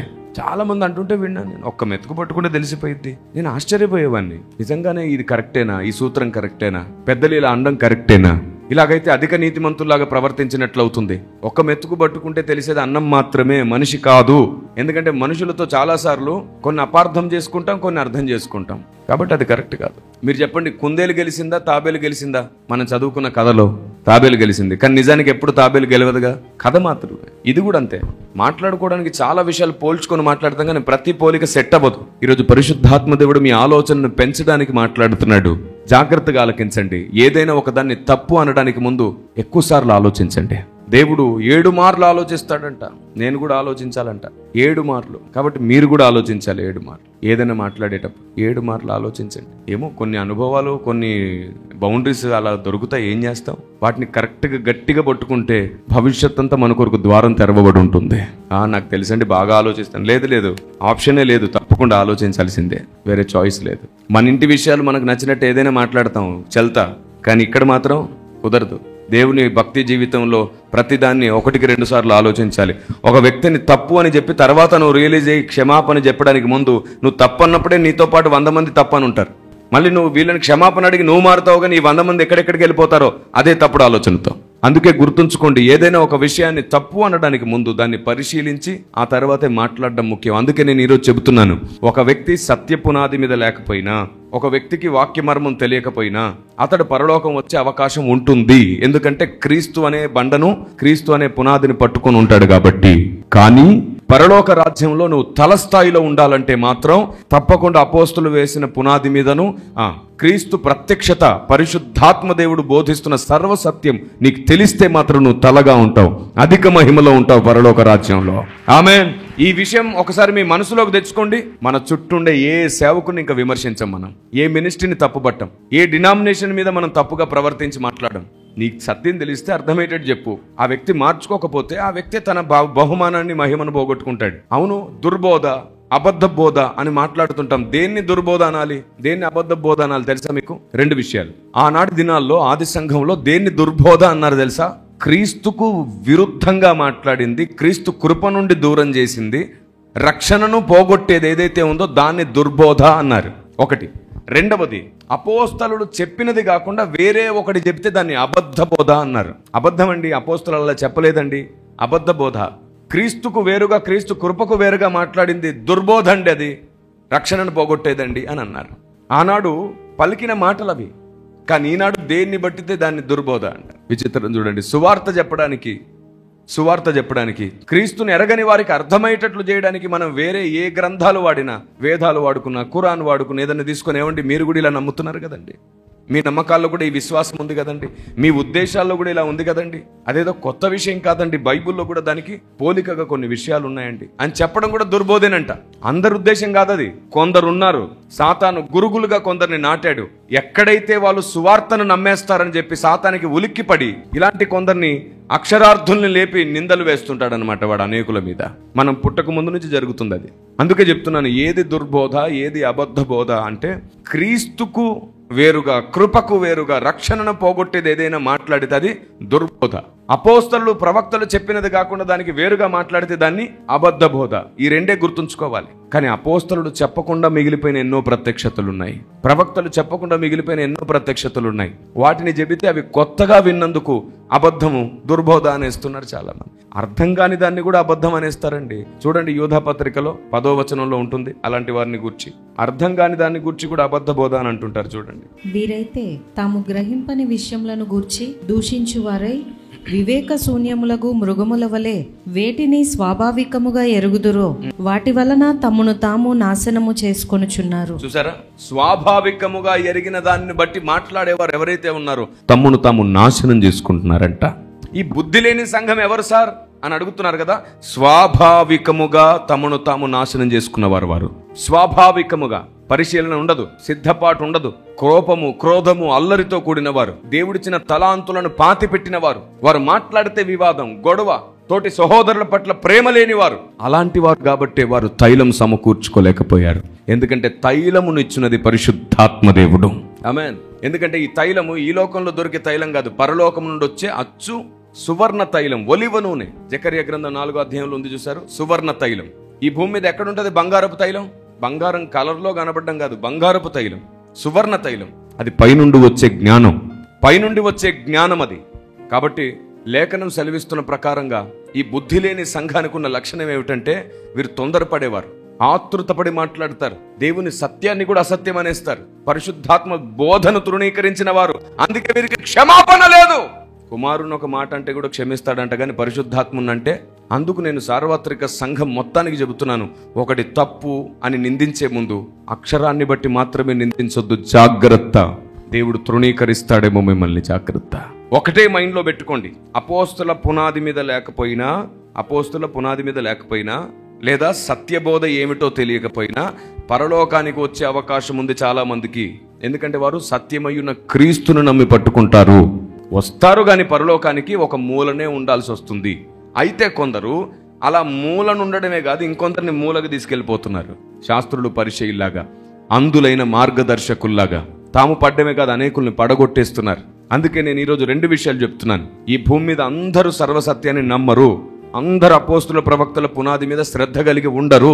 కొందరు కేవలం విశ్వాసంలో మాత్రమే కొనసాగుతారు, భక్తిలో మాత్రమే కొనసాగుతారు, క్రీస్తును మాత్రమే నమ్మి వెంబడిస్తారు. వారికి అపోస్తుల పునాదిని గూర్చి గాని, వాక్య మర్మమును గూర్చి గాని, ప్రత్యక్షతలను గూర్చి గాని శ్రద్ధ ఉండదు. కానీ వారు క్రీస్తునందు స్థిరంగా ఉంటారు కాబట్టి దేవుడు వారికి రక్షణిస్తాడు. అయితే కొందరు క్రీస్తునందే ఉన్నప్పటికీ సత్యమును వారు తృణీకరిస్తారు, సత్యాన్ని అబద్ధమని ప్రచారం చేస్తారు. అది బుద్ధి లేని సంఘం చేస్తున్న తప్పుడు పని. వారిలో దూషణ, ద్వేషం, అల్లరి, క్రోధం ఉంటుంది. పరిశుద్ధాత్ముడు వారి వల్ల బాధపడతాడు. వారు బుద్ధి లేని సంఘం. వారు క్రీస్తునే నమ్ముతారు కానీ పరిశుద్ధాత్మను దూషిస్తారు, అందుకు వారు బుద్ధి లేని సంఘం. దేవుడు పంపించిన సందేశాన్ని గుర్తించకుండా దూషించడం పరిశుద్ధాత్మ దేవుణ్ణి దూషించడమే. దేవుని ఆలోచన విధానం పరిశీలించకుండా ఇది అబద్ధం అనేయడం పరిశుద్ధాత్మ దేవుణ్ణి దూషించడమే, పరిశుద్ధాత్మని దూషించడమే. ఆత్మదేవుని పనిని, ఆత్మదేవుని కార్యాన్ని ఇది దురాత్మ పని అండం పరిశుద్ధాత్మని దూషించడమే, పరిశుద్ధాత్మ దేవుని దూషించడమే. అందుకే ఈరోజు పరిశుద్ధాత్మ దేవుడు మీతో చెప్తున్నాడు, ఇంకొక సంవత్సరం నీ జీవితంలోనికి రాకముందే ఈ సంవత్సరమే సువర్ణమయంగా దాన్ని మార్చుకోవడానికి పరిశుద్ధాత్మని బోధ, ప్రతి దాన్ని సపరేట్గా చూడడం నేర్చుకో. క్రీస్తును పట్టుకొని కూడా పరలోకం వచ్చే వాళ్ళు చాలా మంది ఉన్నారు. నోవాహు కాలంలో అవిధేయులు కూడా క్రీస్తును అంగీకరిస్తే వాళ్ళు పరలోకం వచ్చే అవకాశాన్ని పెట్టాడు నా దేవుడు. మీకు తెలుసా, నోవాహు కాలంలో ఉన్న అవిధేయులకు కూడా ఆయన సువార్త చెప్పాడంట. నోవాహు కాలంలో ఉన్న అవిధేయులకు కూడా సువార్త అందింది. ఇది కొత్తగా ఉండొచ్చు కొందరికి, అదేమిటి సార్ అని. అందుకే చెప్పాలి, నీకు నచ్చినట్టు చదవడం కాదు, బైబిల్ చెప్పినట్టు బైబిల్ని చదవాలి. పేతురు భక్తుడు ఏమంటాడు, ఆయన ఆత్మస్వరూపిగానే ఆత్మల లోకమునకు వెళ్ళెను, నోవాహు కాలంలో ఉన్న అవిధేయుల యుద్ధకు వెళ్ళెను, వారికి కూడా సువార్త ప్రకటింపబడెను. నమ్మిన వారిని రక్షణలోనికి తీసుకెళ్ళాడు ఆయన. నమ్మని వానికి శిక్ష. ఒక ఆయన ఇలా అడిగాడు నన్ను, సార్ అక్కడికి వెళ్ళి పాతాళ లోకంలో ఉన్న వ్యక్తులకు సువార్త చెబితే వాళ్ళు వెంటనే నమ్మి పరలోకానికి రావాలనుకుంటారు కానీ పాతాళంలో ఉండాలనుకుంటారా సార్? అలాగైతే ఒక్కడు కూడా మిగులుకుండా మొత్తం ఖాళీ అయిపోయి ఉంటుంది కదా పాతాళం. కాదు, దీనికి 2 విషయాలు అర్థమయ్యేటట్టు చెప్పాలి. మొదటి విషయం, తెలిసి క్రీస్తును గూర్చి అన్ని విషయాలు తెలిసి చనిపోయిన వ్యక్తికి మళ్ళీ సువార్త లేదు. క్రీస్తే దేవుడు అనే విషయం తెలిసి చనిపోతే రక్షణ లేదు. ఎందుకంటే నమ్మని వానికి శిక్ష అన్నాడు. అసలు క్రీస్తు అంటే ఎవరో తెలియని వ్యక్తులకు, క్రీస్తు అంటే ఎవరో తెలుసుకోకుండానే చనిపోయిన వాళ్ళు ఎవరైనా ఉంటే వారికి క్రీస్తు తప్పక న్యాయం చేస్తాడు, చెబుతాడు సువార్త. అప్పుడైనా సరే పాతాళం నుంచి తప్పించుకోవడానికి నమ్మేస్తారుగా ఏది చెప్పినా. రెండో విషయం ఏమిటో తెలుసా, ఆయన వారితో మాట్లాడేటప్పుడు అసలు వాళ్ళు పాతాళంలో ఉన్న విషయాన్ని మర్చిపోయేటట్లు దేవుడు ముందు చేస్తాడు. ఒక అందమైన ప్రదేశంలో, అందమైన ప్రాంతంలో, ఆహ్లాదకరమైన వాతావరణంలో తనకు సంబంధించిన వాళ్ళందరూ తనతోనే ఉన్నారనే భావన అక్కడ కలిగిన తర్వాతనే దేవుడు మాట్లాడడం ప్రారంభిస్తాడు. దేవుడు అమాయకుడు అనుకున్నారా? నీ గురించి, నీ ఆలోచన గురించి నీకంటే ఎక్కువ తెలిసినవాడు ఆయన. అప్పుడు వింటారా లేదా, ఆలోచిస్తారా లేదా? వాళ్ళకి ఎలా ఉంటుందంటే ఆ టైంలో ఆయన మాట్లాడుతున్నప్పుడు వాళ్ళు తన బంధువులతో, తన స్నేహితులతో, తన వాళ్ళతో బ్రతుకున్నప్పుడు ఎలా ఉన్నారు అదే ఫీలింగ్లో ఉంటారు. ఈయన ఒక సువార్థికుడిలాగా వెళ్ళి, ఈయన ఒక ప్రవక్తలాగా వెళ్ళి, ఒక సామాన్యమైన మనిషిలాగా వెళ్ళి వారితో మాట్లాడుతుంటే వారు వారి ప్రాంతంలోనే ఉండి, వారి జీవనంలోనే ఉండి వారు వింటున్నట్టుగా వింటారు. అప్పుడు న్యాయం మాట్లాడతాడు, ఒప్పిస్తాడు, అర్థమయ్యేటట్లు చేస్తాడు. అప్పుడు కూడా వినకపోతే వదిలేస్తాడు. అంత ఖచ్చితంగా మాట్లాడుతున్నాడు ఆయన. ఇది ప్రత్యక్షత. ఇప్పుడు ఎవరైనా, ఎక్కడ సార్ కిరణ్ పాల్ గారు, ఎక్కడుంది బైబుల్లో అండి? ఈ అక్షరార్థులకు నేనేం చెప్పను, ఇది ప్రత్యక్షత. ఇలాగని ఎందుకు నమ్మాలి అని అడిగితే నేను ఒక మాట అడుగుతాను, అలా కాకుండా వాడు పాతాళంలో యాతన పడుతున్నాడు, నేనే రక్షకుణ్ణి, నన్ను నమ్మితే నీకు పరలోకం ఉంటే టక్మని నమ్మేస్తాడుగా. వేరే ఆలోచనే ఉండదు. అయ్యా నువ్వు సత్యం చెప్పావో అబద్ధం చెప్పావు కాదు, నువ్వు ముందు బయటికి తేవడానికి నిన్ను నమ్మడమే ముఖ్యమా, నమ్మేస్తానంటాడు. అదేం నమ్మకం? బూచోను చూసి బువ్వ తిన్నట్టు. అసలు లాజిక్ అందదు. విశ్వాసం అనున్నది ఆలోచనతో ముడిపడి ఉన్నది, నమ్మికకు ముడిపడి ఉన్నది, భయంతో నమ్మేది కాదంటది. ఇది సత్యమని తెలుసుకొని నమ్మితే వచ్చేది రక్షణ. అందుకు ఆయన వారు సేఫ్ ప్లేస్లో ఉన్నట్టు వాళ్ళు తమ మనస్సుని మేము పాతాళంలో ఉన్న విషయమే మర్చిపోయేటట్లు చేసి వారు అందమైన ప్రదేశంలో అందంగా తన వారితో పాటు కలిసి ఉన్నటువంటి వాతావరణాన్ని దేవుడు వారికి చూపిస్తాడు. అప్పుడు వారికి సువార్త చెప్తాడు. అప్పుడు వారు నమ్ముతారా నమ్మరా, ఈయన అర్థమయ్యేటట్లు వారికి ఆలోచన కలిగేటట్లు న్యాయంగా చెప్తాడు. నమ్ముతారా నమ్మరా? అలా సువార్త వారికి అందుతుంది కూడా. ఎవరికైతే క్రీస్తు అనే తెలియకుండా చనిపోతారో వారికి రక్షణ అవకాశం ఉంది. స్వతంత్ర సమరయోధులు ఉన్నారు. చాలా మందికి అసలు క్రీస్తు గురించి ఏం తెలియకుండానే చనిపోయిన వాళ్ళు ఉన్నారు. ఎందుకంటే దేశం కొరకు మాత్రమే బతికిన వారు ఉన్నారు. వాళ్ళు 200 సంవత్సరాలు బ్రిటిష్ ప్రభుత్వం ఉక్కుపాదాల కింద సమస్త దేశాన్ని తొక్కుతుంటే అక్కడ సువార్త అందించేంత అవకాశమే లేదు. అసలు వారు తమ దేవుళ్లను కూడా భక్తి చేస్తూ మొక్కినటువంటి సందర్భాలు చాలా తక్కువ స్వతంత్ర సమరయోధులకి. కొందరైతే యవన ప్రాయంలోనే చనిపోయారు, పసితనంలో కూడా చనిపోయారు కొందరు. ఈ కారణం చేత వారికి కూడా ఒకవేళ రక్షణ పొందే అవకాశం దేవుడిస్తే ఆయన ఇచ్చునుగాక, నీకేంటి నష్టం? కొందరిని నరకం పంపడానికి నీకెందుకు అంత శ్రద్ధ? ఏ విధము చేతనైనా కొందరిని రక్షించుకుందామని దేవుడు అనుకుంటుంటే సిద్ధాంతాన్ని అడ్డుపెట్టి కొందరిని నరకానికి పంపించాలనే ప్లాన్లో ఎందుకున్నావు? ఎందుకు నీకు విశాల హృదయం లేదు? ఎందుకు యోనాలాగా కోపానికి వస్తావు? దేవుడు కొందరిని రక్షించడానికి వారికి మారు మనసు అవకాశం ఇస్తే నీకెందుకు యోనాలా కోపం? యోనాలాగా ఈ సందేశం నీకు మారు మనసునిచ్చునుగాక. కాబట్టి దేవుడు ఏ చిన్న కారణం దొరికినా కొందరిని అగ్నిలోంచి తప్పించాలని చూస్తున్నాడు. అలాంటి కారణాన్ని ఆయన వారి ముందుంచుతున్నాడు. అంత ప్రేమ కలిగిన దేవుడు ఆయన, అంత ప్రేమ కలిగిన దేవుడు. అందుకే అంటాడు, దుష్టుడు తన దుష్టత్వంలో నశించుట నాకు ఇష్టం లేదు, తిరగాలని చేయి చాపుతున్నాను అంటాడు. మానవైతే దుష్టుని ముందు లోపటేంట్రా? దేవుని ఆలోచన వేరే, నీ ఆలోచన వేరు. నువ్వు దుష్టులను గుర్తిస్తున్నావు, ఆయన దుష్టులను మారుస్తున్నాడు. ఒకరిని తప్పుబట్టడం గొప్ప విషయం కాదు, ఒకరిని తప్పు నుండి బయటికి తీసుకురావడం చాలా గొప్ప విషయం. అదే నా ప్రభు సాధించిన విజయం. ఆమేన్. ఆయన తన నీతిని మనకిచ్చి మనల్ని నీతిమంతులుగా మార్చాడు. దేవునికి స్తోత్రం కలుగును గాక. భక్తి సాధనలో ఇంకో ప్రాముఖ్యమైన విషయం ఏమిటంటే, నువ్వు క్రీస్తు అనే పునాదిని పట్టుకున్నావు, అపోస్తుల పునాదిని కూడా పట్టుకున్నావు, పరిశుద్ధాత్మదేవుని సర్వసత్యం ప్రత్యక్షతను కూడా పట్టుకున్నావు. నీ స్థాయి తలస్థాయిగా ఉంటుంది. అయితే సాతాను కొన్నిసార్లు నిన్ను మలినపరచాలనుకుంటాడు, నిన్ను పడగొట్టాలనుకుంటాడు, నీ స్వభావాన్ని, నీ బుద్ధిని పాడు చేయాలనుకుంటాడు, నీ భక్తిని పాడు చేయాలనుకుంటాడు. నువ్వు సత్యబోధలో ఉన్నప్పుడు కూడా నీ మీద నిందలు మోపుతాడు వాడు.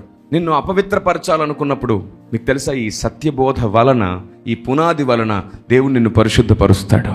దేవునికి తెలుసు అది సాతాను ప్రక్రియ అని, దేవునికి తెలుసు నీ హృదయంలో అది లేదని, దేవునికి తెలుసు అది కొద్ది కాలంలో జరిగిన శోధన అని, దేవునికి తెలుసు దాంట్లోంచి బయటికి రావడానికి నువ్వు ప్రయత్నం చేశావని. కొలస్సీ పత్రిక 1వ అధ్యాయంలో చూడండి ఏం రాయబడిందో. ఇప్పుడు నేను చెప్పింది యాజ్ ఇట్ ఈస్ గా మీకు అక్కడ కనబడుతుంది. 1వ అధ్యాయము 23వ వచనం చదువుకుందాం. పునాది మీద కట్టబడిన వారై స్థిరముగా ఉండి, మీరు విన్నట్టియు ఆకాశము క్రింద ఉన్న సమస్త సృష్టికి ప్రకటింపబడినట్టియు ఈ సువార్త వలన కలుగు నిరీక్షణ నుండి తొలగిపోక విశ్వాసమందు నిలిచి ఉండిన ఎడల ఇది మీకు కలుగును. ఏది కలుగును? 22వ వచనంలో చెప్పాడు ఏది కలుగును అంటే అక్కడ ఉంది, తన సన్నిధిని పరిశుద్ధులుగాను నిర్దోషులుగాను నిరపరాధులుగాను నిలబెట్టుటకు ఆయన మాంసయుక్తమైన దేహమందు మరణము వలన ఇప్పుడు మిమ్మును సమాధానపరచెను. పునాది మీద కట్టబడిన వారై స్థిరముగా ఉండి, ఒకవేళ మీరు పునాది మీద స్థిరంగా ఉండే వాళ్ళైతే, దేవుడు బోధించిన సువార్తలో నిలకడగా ఉన్న వాళ్ళైతే, సత్యమందు స్థిరంగా ఉన్న వాళ్ళైతే మీరు నిరపరాధులు అవుతారు, పరిశుద్ధులు అవుతారు. ఆమేన్. పరిశుద్ధాత్మ దేవుడు మిమ్మల్ని నిర్దోషులుగా మార్చేస్తాడు. నీవు నమ్మిన సత్యబోధ వలన నువ్వు విడుదల పొందుతావు. అందుకే రాయబడింది, సత్యము నిన్ను అన్నిటి నుండి స్వతంత్రుని చేస్తుంది. సాతాను వలన కలిగిన దానిని బట్టి నీతిమంతుడు 7 మార్లు పడినను తిరిగి నిలబడతాడు. సత్యం నిన్ను నిలబెడుతుంది. కాబట్టి అందరికీ దేవుడు కొన్ని అవకాశాలు ఇస్తున్నాడు. అందరినీ సమర్థులుగా చేసే వరకు ఆయన చూస్తున్నాడు. మనమేంటో మధ్యలోనే తీర్పులు తీర్చేసి వాడు భ్రష్టుడు వీడు భ్రష్టుడు అని చెప్పి వాళ్ళని వీళ్ళని అనేస్తూ ఉంటాం. అందరిని మారే అవకాశం మనం కూడా ఇద్దాం. అందరిని మార్చుకునే ప్రయత్నం మనం కూడా చేద్దాం. పరిశుద్ధాత్మదేవుడు అందరి బలహీనతల్లో సహాయం చేస్తున్నాడు. మనం బలహీనుల్ని తోసి సాతానికి సహాయం చేయొద్దు. ఇది పరిశుద్ధాత్మదేవుని స్వరం. మళ్ళీ చెప్తున్నాను, కొందరు క్రీస్తు అనే బండ మీద తమను తాము జాగ్రత్తగా కట్టుకొని పరలోకం వస్తారు. వారికి అపోస్తల పునాది తెలియకపోవచ్చు, పరిశుద్ధాత్ముడిచ్చే సర్వసత్యం ప్రత్యక్షత కూడా తెలియకపోవచ్చు. అయినా వారు పరలోకానికి వస్తారు. కానీ ఓ మూలనే ఉండాలి. కానీ పరలోకంలో నువ్వు తలగా ఉండాలంటే మాత్రం నీకు ఖచ్చితంగా క్రీస్తు అనే ముఖ్యమైన మూలరాయి కావాలి, అపోస్తల ప్రవక్తలు వేసిన పునాది కావాలి, పరిశుద్ధాత్ముడు బోధించిన సర్వసత్యం కూడా కావాలి. అప్పుడు ఖచ్చితంగా నువ్వు తలగా మారుతావు. దేవునికి స్తుతి కలుగును గాక. ఆమేన్. ఈరోజు పరిశుద్ధాత్మ దేవుడు మీతో మాట్లాడుతున్నాడు. మన చుట్టూ ఎన్నో మినిస్ట్రీస్, డినామినేషన్స్, ఎందరో సేవకులు కష్టపడి సేవ చేస్తున్నారు. కావచ్చు వారి నమ్మికలో అసత్యం ఉండొచ్చు. కానీ మీకు విషయం చెప్తాను చూడండి, ప్రతి మినిస్ట్రీలో మనం తెలుసుకోవలసిన సత్యములు కూడా ఉన్నాయి. ప్రతి డినామినేషన్లో మనం గుర్తించాల్సిన సత్యములు కూడా ఉన్నాయి. మనలో లేనివి వాళ్ళలో ఉన్నాయి, వాళ్ళలో లేనివి మనలో ఉన్నాయి. మనం ఓపికతో ఒకరికొకరు నేర్పిస్తే సాతాను ఒంటరి అవుతాడు, మనం ఒకటైపోతాం. ఇది పరిశుద్ధాత్మ దేవుని పని. ఎంత చక్కగా దేవుని ఆలోచన చూడండి. ఒకసారి మీరందరూ తిమోతి పత్రిక 2వ పత్రికలో ఉంది, 2వ అధ్యాయం 19వ వచనం. ఇక్కడ ఒక మాట అంటాడు చూడండి, అయినను దేవుని యొక్క స్థిరమైన పునాది నిలకడగా ఉన్నది. ప్రభు తన వారిని ఎరుగును, ప్రభువు నామమును ఒప్పుకొను ప్రతివాడును, ప్రభువు నామమును ఒప్పుకొను ప్రతివాడును దుర్నీతి నుండి తొలగిపోవలెను అనునదియు దానికి ముద్రగా ఉన్నది. దేవునికి స్తోత్రం కలుగును గాక. ఆమేన్. ప్రభువు నామమును ఒప్పుకొని అనేకులు దుర్నీతి నుండి తొలగిపోతారు. ప్రభువు నామమును బట్టి రక్షణ పొందుతారు. దేవుని మందిరములో నాటబడిన వారిగా ఉండడానికి మనకు కావలసింది క్రీస్తు అనే పునాదిని గట్టిగా పట్టుకోవడం. క్రీస్తే మన బండ. ఆ బండ మీద మన ఇల్లుందంటే ఏ వరద మనల్ని ఏం చేయలేదు. అయితే అపోస్తలులు ప్రవక్తలు వేసిన పునాది మీద మన ఇల్లు ఉండాలి. బండ మీద ఉంటే సరిపోదు. ఈ బండ మీద నువ్వు బలంగా తవ్వుకొని నీ ఇల్లు మాత్రమే కట్టుకోకుండా అపోస్తలుల ప్రవక్తల పునాది ముందేసుకోవాలి. దాని మీద నీ ఇల్లు కట్టుకోవాలి. అప్పుడు పరలోకంలో నీ అంతస్తు పెరుగుతుంది. Praise the Lord. ఎప్పుడైతే బండ మీద అపోస్తలుల ప్రవక్తల పునాది ఉంటుందో, ఎప్పుడు ఆ బండ కాదు, అది కొండ అయిపోతుంది. బండ మీదకి అపోస్తలుల ప్రవక్తల పునాది వస్తే ఆ బండ ఏమవుతుంది? కొండ. ఆయనే నా కొండ, నా కోట అన్నాడు భక్తుడు. దేవునికి స్తోత్రం కలుగును గాక. సియోను కొండ. సియోను కొండ ఏమిటో తెలుసా? పునాదితో ఉన్నటువంటి కొండ అది. అందుకే చూడండి, సియోను పట్టణం గురించి మాట్లాడుతూ, యెరూషలేము పట్టణం గురించి మాట్లాడితే ఏమంటాడు? 12 గుమ్మములు 12 పునాదులు ఉన్నాయంట అక్కడ. గుమ్మములు పునాదులు కలిసి అక్కడ ఉన్నాయి. దేవునికి స్తోత్రం కలుగును గాక. కాబట్టి దేవుని ప్రజ ఎవరిని దూషించక, ఎవరిని తృణీకరించక, ఎవరిని అవమానించక, అందరినీ అన్ని విషయాల్లో అర్థం చేసుకునే ఉన్నతమైన వారమై వర్ధిల్లునట్లుగా లేఖనం మీ ముందుకు వచ్చింది. మళ్ళీ చెప్తున్నాను, సిద్ధాంతాలను బట్టి మీ భక్తిని మీరు స్థిరపరచుకోలేరు. సిద్ధాంతాలను బట్టి పోట్లాడితే భక్తి స్థిరం అవ్వదు. క్రీస్తుని బట్టి మనం అమర్చబడాలంట ఒకరిలో ఒకరు. బైబిల్ సెలవిస్తుంది చూడండి ఒకసారి. మీరందరూ మీ పరిశుద్ధ గ్రంథాలు తెరిచి మనమందరము క్రీస్తులో అమర్చబడుతున్నామనుంది. క్రీస్తు యేసే ముఖ్యమైన మూలరాయి అయి ఉండగా అపోస్తలులను ప్రవక్తలను వేసిన పునాది మీద మీరు కట్టబడి ఉన్నారు. 21వ వచనం చూడండి. ప్రతి కట్టడమును ఆయనలో చక్కగా అమర్చబడి ప్రభునందు పరిశుద్ధమైన దేవాలయమగుటకు వృద్ధి పొందుచున్నది. దేవునికి స్తోత్రం కలుగును గాక. కొందరు క్రీస్తును పట్టుకున్నారు, వారికి రక్షణ ఉంది. కానీ క్రీస్తులో అమర్చబడితే దేవాలయం అవుతామంట మనం. అప్పుడు తండ్రి, కుమారుడు, పరిశుద్ధాత్ముడు మనలో నివాసం చేస్తారు. దేవునికి స్తోత్రం కలుగును గాక. క్రీస్తును నమ్మారు, రక్షణ ఉంది. కానీ క్రీస్తులో అమర్చబడితే తామే వెలుగైపోతారు. ఇది నియమం. ఈ నియమం ప్రకారంగానే మన భక్తి కొనసాగుతుంది. కాబట్టి ఎవరిలోనైనా సత్యబోధ లేకపోతే, ఎవరిలోనైనా అపోస్తలులైన ప్రవక్తల పునాది లేకపోతే వారిని విమర్శించకండి, వారికి అర్థమయ్యేటట్లు నేర్పించండి. ఎందుకంటే వారు తక్కువ వారు అవుతున్నారు. అయ్యో, మీ స్థాయిని, మీ మహిమను మీరు పోగొట్టుకుంటున్నారండి. సత్యము వలన మాత్రమే మహిమ వస్తుందండి. క్రీస్తు వలన రక్షణ రావచ్చు, కానీ మహిమ మాత్రం సత్యము వలన మాత్రమే వస్తుంది. దైవ చిత్తానుసారమైన మర్మము వలన మాత్రమే మనకు సంపూర్ణ జ్ఞాన వివేచన వస్తుంది. దేవుని జ్ఞానము, దేవుని ప్రత్యక్షత లేకపోతే పరలోకంలో అధిక స్థానం, అధిక మహిమ రాదు. కొందరు అంటుంటారు, యేసుని బట్టి పరలోకం రామా, మర్మములైతేనే పరలోకం వస్తామా అంట. మర్మములకు పరలోకానికి సంబంధం లేదు నాన్న. మర్మము తెలుసుకున్నట ద్వారా పరలోకములో ఉన్నత స్థాయి వస్తుంది. దేవుడు దాచిన సంగతులు నీకు తెలియడం ద్వారా నువ్వు పరలోక రాజ్యంలో ఉన్నతమైన స్థితికి ఎదుగుతావు, తలగా మార్చబడతావు. దేవదూతలు కూడా నీ ముందు కూర్చొని నేర్చుకుంటారు. దేవదూతలకు నేర్పించే స్థానం అది. ఆమేన్. ఎంత ఖచ్చితంగా రాయబడింది చూడండి. ప్రతి కట్టడమును ఆయనలో చక్కగా అమర్చబడి ప్రభువునందు పరిశుద్ధమైన దేవాలయమౌటకు వృద్ధి పొందుతుంది. అదే ఎఫెసీ పత్రిక 4వ అధ్యాయం 16వ వచనం చూడండి ఒకసారి. అదే ఎఫెసీ పత్రిక 4:16. ఆయన శిరస్సు అయి ఉన్నాడు, ఆయన నుండి సర్వ శరీరము చక్కగా అమర్చబడి తనలోనున్న ప్రతి అవయవము తన పరిమాణము చొప్పున పని చేయుచుండగా ప్రతి కీలు వలన కలిగిన బలము చేత అతుకబడి ప్రేమయందు తనకే క్షేమాభివృద్ధి కలుగునట్లు శరీరమునకు అభివృద్ధి కలగజేయుచున్నది. Praise the lord. క్రీస్తే దేవుడు అని నమ్మడం ద్వారా నీకు పరలోకంలో ప్రవేశం ఉంది. కానీ క్రీస్తులో అమర్చబడాలంటే అపోస్తుల ప్రవక్తల పునాది ఉంది. అపోస్తుల ప్రవక్త పునాది మీద నిన్ను కట్టుకోకపోతే నువ్వు క్రీస్తులో అమర్చబడవు, క్రీస్తును పట్టుకుంటావు అంతే. సంఘ శరీరంలో నీకంటూ ఒక ప్రథమ స్థానం, ఒక ముఖ్య స్థానం కావాలంటే క్రీస్తులో అమర్చబడాలి. క్రీస్తులో అమర్చబడాలి. ఈ క్రీస్తులో అమర్చేది అపోస్తుల ప్రవక్తల పునాది. అమర్చబడిన తర్వాత నువ్వు ఏదో ఒక అవయవంలో ఉండిపోవడం కాదు, తలగా మారాలి. అంటే పరిశుద్ధాత్ముడిచ్చే సర్వసత్యము ప్రత్యక్షత అప్పుడు నిన్ను తలగా మార్చే అవయవంగా తీసుకెళ్తుంది. మహిమ నుండి అధిక మహిమలోకి వెళ్తావు. నువ్వు అపోస్తుల ప్రవక్తల పునాది మీదకి వచ్చినప్పుడు ఏదో ఒక అవయవంగా నువ్వు ఆయనలోకి వెళ్తావు. గాని సర్వసత్యము ప్రత్యక్షత పరిశుద్ధాత్మని బోధ వలన నువ్వు అధిక మహిమలోనికి చేర్చబడతావు. అప్పుడు నువ్వు తలస్థాయిగా మారుతావు, రూపాంతరం చెందుతావు. ఇది నియామకం. ముందు క్రీస్తుని పట్టుకోవడం, తర్వాత పునాది మీదకి రావడం, ఆ తర్వాత పరిశుద్ధాత్మ దేవుని ప్రత్యక్షతతో అధిక మహిమలోనికి వెళ్ళడం. నేను మళ్ళీ చెప్తున్నాను, ఒకవేళ పునాది లేకపోయినా, పరిశుద్ధాత్మని ప్రత్యక్షత లేకపోయినా పరలోకం ఉంది. ఎందుకంటే క్రీస్తున్నాడు కాబట్టి. కానీ పరలోకంలో నువ్వు అధిక మహిమలో తలగా ఉండాలంటే మాత్రం పునాది ఉండాలి, ప్రత్యక్షత ఉండాలి. ఇప్పుడు మనకు ప్రత్యక్షత తెలుసు, మర్మం తెలుసు, మనకు పునాది కూడా తెలుసు. ఎదుటి వ్యక్తికి తెలియదు. ఏం చేద్దాం? అతని హేళన చేద్దామా, అవమానిద్దామా, తప్పందామా? చెప్పే మాట చెప్పు, అర్థమయ్యేటట్టు. వినలేదనుకో వారి స్థానాన్ని వారే పోగొట్టుకుంటున్నారు స్వయంగా. హెల్మెట్ పెట్టుకోకుండా నువ్వు ప్రయాణం చేస్తున్నావు. రూల్ ప్రకారంగా పోలీసు ఏం చేస్తాడు? ఆపి ఫైన్ వేస్తాడు. అంతేగాని నిన్న ఆయన ఒక మాట అనడానికి అర్హత లేదు. ఏ పోలీసు కూడా ఎవరిని ఒక్క మాట అనడానికి లేదు. బుద్ధి లేదా? ఇంత వయసు వచ్చింది, హెల్మెట్ పెట్టుకోవడం చేత కదా, ఇవన్నీ అనకూడదు. వాళ్ళు అంటే వాళ్ళు శిక్షార్హులు. రూల్ ప్రకారంగా హెల్మెట్ పెట్టకపోతే ఫైన్ వేయాలి, వేసి పంపాలంతే సైలెన్స్ గా. వాడు హెల్మెట్ పెట్టుకునే వరకు ఫైన్లు కడతానే ఉంటాడు. అది వాడిష్టం. డబ్బులు పోగొట్టుకోవాలనుకుంటే వాడిష్టం, ప్రాణాలు పోగొట్టుకోవాలనుకుంటే వాడిష్టం. చెప్పడం వరకు, ప్రేమతో చెప్పడం వరకు మాత్రమే అధికారుల బాధ్యత. అలాగూ మనకు పునాది తెలిస్తే, మనకు ప్రత్యక్షత తెలిస్తే చెప్పేవానికి మనం ఎలా చెప్పాలంటే సత్యమును ప్రేమతోనే చెప్పు. వాడు మహిమ పోగొట్టుకుంటాడేమో, నీకెందుకు? నువ్వు మాత్రం బాధ్యతగా చెప్పు. ఆనాడు దుర్బోధకులని, అబద్ధ బోధకులని తిట్టినది, గద్దించినది తోటి సహోదరులను అవమానించడానికి కాదు. క్రీస్తు కృపకు దూరం చేస్తున్న బోధను వారు దుర్బోధ అన్నారు. మర్చిపోవద్దు. రక్షణ పోగొట్టే దాన్ని వారు దుర్బోధ అన్నారు. అపోస్తలు చెప్పింది కాకుండా వేరే చెప్తే అబద్ధం అన్నారు. ఈ రెండే రెండు.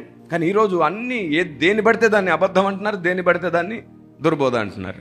ఆలోచనను గుర్తించట్లేదు, ప్రత్యక్షతను అర్థం చేసుకోవట్లేదు. చెప్పినా వినే మనసు లేకపోయింది, కఠిన హృదయులైపోయారు.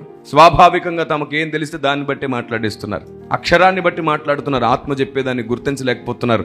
ప్రమాదంలో ఉంది సంఘం. త్వరగా మార్గాన్ని సరళం చెయ్యాలి. ఇప్పుడు చెప్పండి, ఒకరు క్రీస్తును పట్టుకుంటే రక్షణ ఉందా లేదా? మరి వీళ్ళకు పునాది లేకపోతే ఏం లేదు, రక్షణ లేదా, మహిమ లేదా? మహిమ తగ్గిపోతుంది, బహుమానం తగ్గిపోతుంది. పరిశుద్ధాత్ముడిచ్చే ప్రత్యక్షతను పట్టుకుంటే అధిక మహిమ దొరుకుతుంది, ఆ ఉన్నతమైన అంతస్తు దొరుకుతుంది, అధికారం దొరుకుతుంది. ఒక మాట చెప్పనా, శరీరం అంతా తల ఎలా అవుతుంది చెప్పండి? శరీరం అంతా తల అయితే తలకు కాళ్ళు ఎలాగా? చీమ కాళ్ళలాగా ఉండాలా? ఇంత పెద్ద గుమ్మడికాయ నడుస్తున్నట్టుంటది. అప్పుడు కాళ్ళు ఉండవు, చేతులు కిందికుంటే ఎక్కడో కాళ్ళు, వాళ్ళు చేయి కూడా ఉండదు. ఇంకప్పుడు చూడ్డానికి ఒకసారి ఊహించుకోండి, ఇంత పెద్ద గుమ్మడికాయ, ఇంతే కాళ్ళు, అందమైన ముఖమే, కానీ కాళ్ళు మాత్రం కింద ఎక్కడో ఉన్నాయి. భయపడిపోతాం ఫస్ట్ మనం ఆ ఆకారం చూసి. అందరు తల అయ్యే అవకాశం లేదు. అందరూ పునాదిని గుర్తించరు, అందరూ ప్రత్యక్షతను గుర్తించరు. కొందరికి అసలు వాటి మీద శ్రద్ధే ఉండదు. అది వారి స్వభావం, వారు పెరిగిన వాతావరణం, వారి మనస్సాక్షి. మనం ఏం చేయగలం? మనం చేయాల్సిందల్లా ఒక్కటి, మనం చనిపోయే వరకు అందరికీ ప్రేమతో అర్థమయ్యే వరకు చెప్తానే ఉండాలి. అర్థమయ్యే వరకు చెబుతూనే ఉండాలి, అర్థమయ్యే వరకు చెబుతూనే ఉండాలి. వారు నమ్ముతారా నమ్మరా వారి ఇష్టం, కానీ నువ్వు ఎలా చెప్పావు అనేది మాత్రం లెక్క తీసుకుంటాడు దేవుడు. వారు నమ్మారా లేదా కాదు, నువ్వెలా చెప్పావు? అర్థమయ్యేలాగా చెప్పావా? అర్థం చేసుకునేలాగా ప్రయత్నాలు చేసావా? లేదా నీకు నచ్చినట్లు మాట్లాడావని దేవుడు లెక్క అడిగితే ఏం చేయాలో అర్థం కాదు. అప్పుడు కూడా బహుమానాలు పోతాయి. అందుకే పౌలు అంటాడు, ప్రతి ఒక్కరిని సంపూర్ణుడు చేసి నిలవబెడతాను, నేను అర్థమయ్యే వరకు చెప్తానంటాడు. అందుకే అంటాడు, బలహీనులకు నేను బలహీనుడను, బలవంతులకు నేను బలవంతుడను, నేను అందరికీ అందరి వాడను, అన్ని విధముల వంటి వాడను అన్నాడు. ఈరోజు పౌలు స్టేట్మెంట్ మన భక్తి జీవితానికి చాలా దగ్గరగా అనిపిస్తున్నట్టుంది నాకు. అందరికీ అందరి వారమై మిషన్ సమన్వయత ద్వారా అన్ని విధముల వంటి వారమై అందరికీ దేవుడు అర్థమయ్యే వరకు బోధిస్తున్నాం. కానీ మనలోనే చాలా మంది మన విధములను అర్థం చేసుకోలేని వారు ఉండొచ్చు క్రైస్తవ సమాజంలో. వారికి ఇది తప్పనిపించవచ్చు. ఆ గ్రంథంలో ఈ గ్రంథంలో వాటిని వీటిని గురించి మాట్లాడతాడు ఏంటంటే, బైబుల్ గురించి మాట్లాడితే చాలనుకుంటారు. బైబుల్ సంఘంలో మాట్లాడతాము. బైబుల్ అర్థం కాని లోకానికి వారి నమ్మకాన్నే చూపించి వారికి అసలైన విశ్వాసం ఏమిటో చూపిస్తాం. ఎందుకంటే ప్రతి మత గ్రంథాల్లో కూడా కొన్ని సత్యములు ఉన్నాయి. ఉదాహరణకి ముస్లిం సహోదరులు దేవుడు ఆత్మయ్య అయి ఉన్నాడని నమ్ముతారు. వారు ఏ రూపంని నమ్ముకోరు. అది నిజమే కదా, సత్యమే కదా. వేదాలలో దేవుడు ఒక్కడే అనే మాట రాయబడింది, నిజమే కదా. ఆ ఒక్కడని నమ్మారు సరే, ఆ ఒక్కడెవరు? ఆత్మని నమ్మారు సరే, ఆ ఆత్మయ్య ఉన్న దేవుడు ఎవరు? అది తెలియలేదు అంతే వాళ్ళకి. వారు నమ్మిన సత్యాన్ని కూడా మనం తృణీకరిస్తే, చెప్పే సత్యాన్ని వారు వినరు. ప్రతి చోట అందరూ నమ్మిన సత్యాలు ఉన్నాయి, వాటిని గుర్తుపడుతూ వారికి చెప్పాల్సిన సత్యాన్ని స్థిరంగా చెబితే పరిశుద్ధాత్ముడు కార్యం చేస్తాడు. ఆమేన్. ఇలాగే ప్రతి డినామినేషన్తో నడుచుకుందాం, ప్రతి మినిస్ట్రీతో నడుచుకుందాం. అప్పుడు మనం ప్రపంచానికి దేవుని చేత కావలసిన వాళ్ళం అవుతాం, వాడబడతాం. దేవుడు వాడుకుని మండుతున్న దీపాలం అవుతాం. అప్పుడు సమాధానపరిచే వారం అవుతాం, ధన్యులమవుతాం. ఆలోచనకర్త అయిన దేవుని పిల్లలమవుతాం, సమాధానకర్తవాని సైనికులమవుతాం. మనం ఆయన ఆనందపడతాడు, సమాధానకర్త అయిన నా పిల్లలు నా సైనికులయ్యారని. అలాంటి ఉన్నతమైన భక్తిలో స్థిరపరచడానికి పరిశుద్ధాత్ముడు పంపిన ప్రత్యక్షత, క్రీస్తు అనే ముఖ్యమైన మూలరాయి ద్వారా కూడా రక్షణ ఉంది. అపోస్తులు ప్రవక్తలు వేసిన పునాది మీద నిలబడడం ద్వారా, పరిశుద్ధాత్ముని ప్రత్యక్షతను తెలుసుకోవడం ద్వారా సంపూర్ణత ఉంది. ఆమేన్. క్రీస్తు యేసే అనే ముఖ్యమైన మూలరాయి పట్టుకుంటే సంపూర్ణత రాదు, రక్షణ మాత్రమే వస్తుంది. పునాదిని అలాగే పరిశుద్ధాత్మని ప్రత్యక్షతను పట్టుకుంటే సంపూర్ణ సిద్ధి పొందుతాం. ఈ విషయాన్ని సపరేట్గా అర్థం చేసుకోండి, ప్రత్యేకించి ఆలోచించండి. అప్పుడు ఎవరికి ఏం చెప్పినా ఓపికతో చెబుతావు. వారు నమ్మకపోయినా సరే నా సహోదరుడే అని అంటావు. దుర్బోధకునికి సమాధానం చెప్పొద్దు అన్నారు. దుర్బోధకుడు అంటే ఎవరని చెప్పాను? రక్షణ పోగొట్టే వ్యక్తి, క్రీస్తును దూషించే వ్యక్తి, క్రీస్తును దేవుడు కాదు అనే వ్యక్తి. మళ్ళీ చెప్తున్నాను, దుర్బోధకుడు అంటే ఎవరు? క్రీస్తును దేవుడు కాదు అంటే దుర్బోధకుడేనంట. క్రీస్తు కృపకు దూరం చేసేవాడు దుర్బోధకుడేనంట. క్రీస్తు దేవుడు కాదు అని నమ్మితే ఇంకా రక్షణ ఎక్కడిది? రక్షణే లేదు. ఎందుకంటే ధర్మశాస్త్రాన్ని ఒక ప్రవక్త, ఒక దేవదూత నెరవేర్చడం కుదరదు. ధర్మశాస్త్రము రాసిన వాడే ధర్మశాస్త్రాన్ని నెరవేర్చాలి. మరణం గెలిచేవాడు దేవుడే, సమస్త సృష్టిని చేసేవాడు దేవుడే. తండ్రి, కుమారుడు, పరిశుద్ధాత్ముడు. ఈ విషయంలో వివాదాలు ఇంకా అర్థం కావట్లేదు, చల్లారట్ల. కొందరేమో వాళ్ళకి అర్థం కాకపోయినా అర్థం కావట్లేదు కాబట్టి వాడిది తప్పు వీడిది తప్పు అంటాడు. వీడికి అర్థం కాకపోయినా, అరే అర్థం కానప్పుడు అది తప్పు ఇది తప్పు ఎలా అయింది? అర్థం కాకపోతే పరిశీలిద్దాం, వారు చెప్పేది వీరు చెప్పేది కూడా పరిశీలిద్దాం. కానీ అర్థం కాలేదు కానీ అందరిది తప్పే అంటాడు వీడెవరికి అర్థం కావట్లా. అందుకే దేవుడు ఏమన్నాడంటే, వాత వేయబడ్డ మనస్తత్వం ఇది, రక్షణను పాడు చేసే మనస్తత్వం, వివాదాలు కలిగించే మనస్తత్వం అది. వివాదములు ఎవని వలన కలుగును వానికి శ్రమ. ఒకవేళ అర్థమైంది అనుకోండి, ఓపికతో చెప్పండి. గొడవలు ఎందుకు? ఆలోచన పంచుకోవడానికి గొడవలు ఎందుకు? జ్ఞానాన్ని పంచుకోవడానికి గొడవలు ఎందుకు? వ్యక్తిగత దూషణలు ఎందుకు? ప్రార్థనా గది అనుభవం ఎట్టుపోయింది. మనం ఒకప్పుడు సరికాదు, ఇప్పుడైనా సరి చేయబడుతున్నాం కదా. ఒకప్పట్లా ఎందుకు ప్రవర్తించాలి? మన దగ్గర సత్యం ఉంటే ఒకరికొకరు అర్థమయ్యేటట్లు చెప్పుకుందాం. చెబితే వినకపోతే వదిలేద్దాం, దేవుడే చూసుకుంటాడు. వారి రక్షణను వారు పోగొట్టుకుంటారు. వారికి అర్థమయ్యేటట్టు చెప్దాం, వారు వినకపోతే సమాజానికి అర్థమయ్యేటట్టు చెప్దాం. ఎవరు సత్యం నమ్ముతారో ఎవరు నమ్మరో అది వారి వ్యక్తిత్వం. కానీ అర్థమయ్యే వరకు మనం బతుకున్నంత వరకు చెబుతూనే ఉందాం. దూషణతో, ద్వేషంతో ఒకరి పేరెత్తి ఒకరిని అవమానించి కాదు, అందరికి అర్థమయ్యేటట్లు జ్ఞానాన్ని ముందు పెడుతూ, వివరిస్తూ, అర్థం చేసుకుంటూ. Praise the Lord. ఒకటి మాత్రం నిజం, దేవుడు పూర్తిగా అర్థం అవ్వడు. అర్థమవుతున్నా కొలది మనం ఎదుగుతూ ఉంటాం. పూర్తిగా అర్థం చేసుకోవడానికి మనకు కావలసింది ఐక్యత, ప్రేమ, సహనం. అప్పుడు సహోదరుల ఐక్యతగా నివసించుట ఎంత మేలు, ఎంత మనోహరం అనేది నెరవేరుతుంది. మీకు తెలుసా ఈ వచనం యొక్క అసలు ఉద్దేశం ఏమిటో?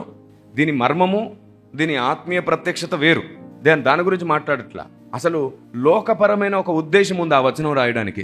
సహోదరుల ఐక్యత కలిగి నివసించుట ఎంత మేలు, ఎంత మనోహరం అని భక్తుడు ఆ మాట రాయడానికంట ఇజ్రాయేలు ప్రజలు అంటే ఇస్సాకు, ఇస్మాయిలు సంతానం కొట్టుకుంటూ ఊరికే గొడవలు పడుతూ ఉన్నారు కదా.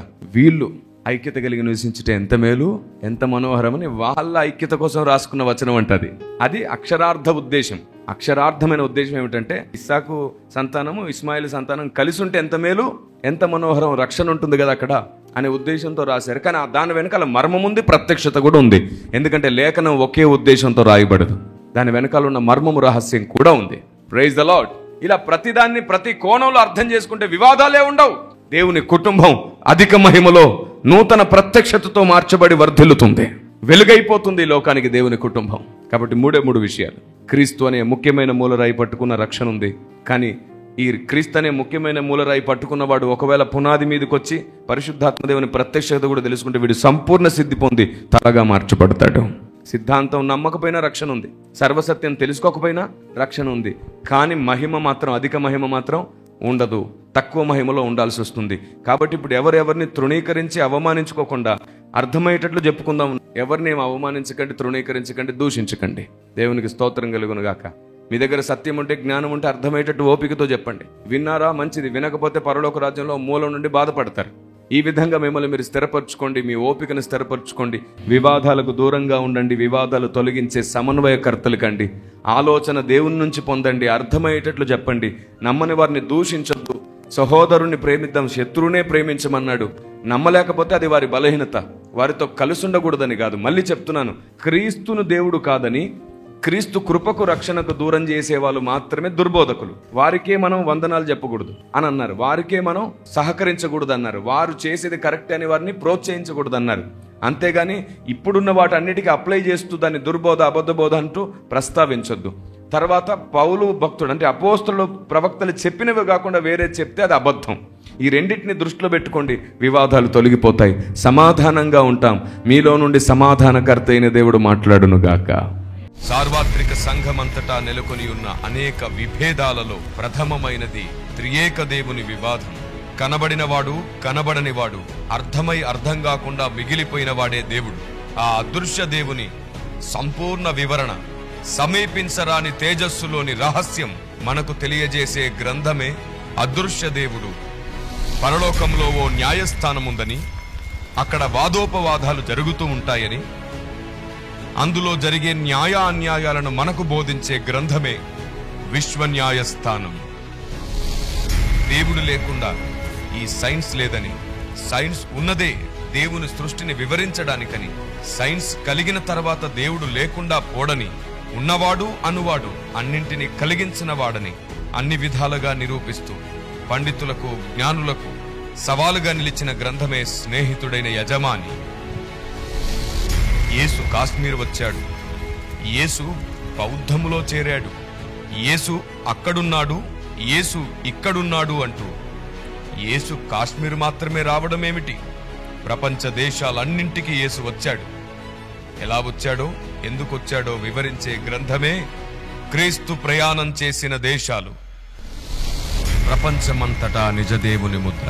అందరికీ దేవుడు ఒక్కడే అయితే ఇన్ని దేశాలెందుకు, ఇన్ని మతాలెందుకు, ఇన్ని వందల భాషలెందుకు? వీటన్నిటినీ విభజించిన వాడు ఆయనే. ఇలా విడగొట్టడానికి కారణమేమిటి? ప్రపంచానికి దేవుడు ఒక్కడే అయితే ఆయన గుర్తులు, ఆనవాళ్లు ప్రపంచమంతటా ఉండి తీరాలి. ఒక్క దేశానికి దేవుడైతే దేవుడు కాదు, ప్రపంచ దేశములన్నింటికీ దేవుడైన వాడే దేవుడు. ఆయన అందరికీ ప్రభు అయినవాడు. ప్రపంచ గ్రంథాలన్నింటిలోనూ, ప్రపంచ దేశమంతటను ముద్రలు కలిగిన దేవుడే నజరేయుడైన యేసు అని నిరూపించే గ్రంథమే ప్రపంచమంతటా నిజదేవుని ముద్ర. నిష్కారణంగా క్రైస్తవ్యాన్ని ద్వేషిస్తున్న మతోన్మాదానికి జవాబు ఈ గ్రంథం. మతాన్ని అడ్డుపెట్టుకొని రాజకీయం చేస్తున్న కుట్రలకు ముగింపు ఈ గ్రంథం. చరిత్రలో దొర్లిన అపశృతులను ఆధారమనుకొని భ్రమపడుతున్న పండితులకు మేధోమథనం. క్రైస్తవ్యంపైకి దూసుకు వస్తున్న ప్రశ్నలకు అంతిమ సమాధానం. సనాతన సత్య పరిరక్షణ.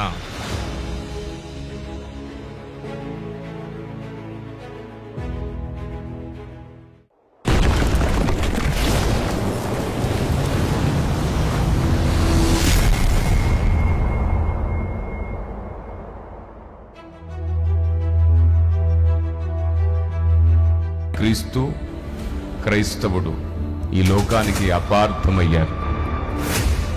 క్రైస్తవుడు అపార్థమైనంత వరకు క్రీస్తు అర్థం కాడు ఈ దేశానికి. అపార్థమైన క్రైస్తవ్యాన్ని తిరిగి భారతదేశానికి ఇంకొకసారి అర్థమయ్యేటట్లు ప్రకటించాల్సిన టైం వచ్చింది.